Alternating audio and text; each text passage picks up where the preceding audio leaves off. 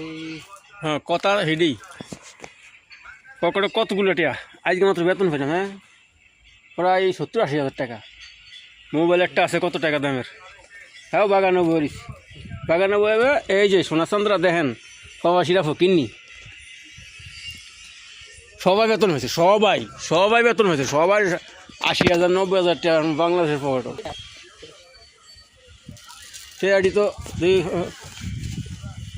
বার করো সবার কার্ডটা দেখাম, সবার কাছে টাকা, সবার কাছে টাকার অবস্থা নেই। এই যে এই সমস্ত রাস্তাঘাটে থামি না গাজা গুজা খাবি না বাংলাদেশে থাইকা গ্রামে গঞ্জে ফুটপাতে বইয়া ওই যে এই যে টাহা সোনা এটি হলো 100 টাকার নোট মালয়েশিয়ান রিঙ্গিত। ওই যে দেখো সোনারা, এই যে দেখো এই যে কি মোবাইল দেখছো, তাও দুইটা একটা না, আলট্রা স্যামসাং আলট্রা।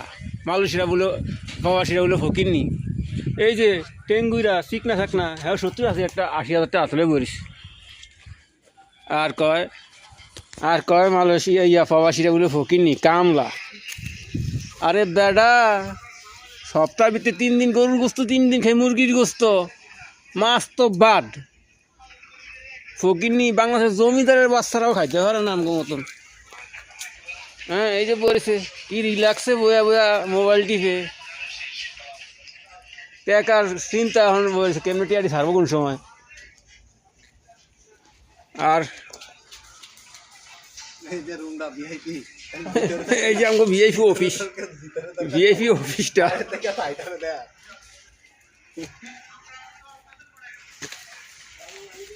তাহলে এই কথা শুনলেই খারাপ লাগে যখন কয় প্রবাসীরা কামলা দিয়া খায় ফকিরনি, তখনই মেজাজটা খারাপ লাগে।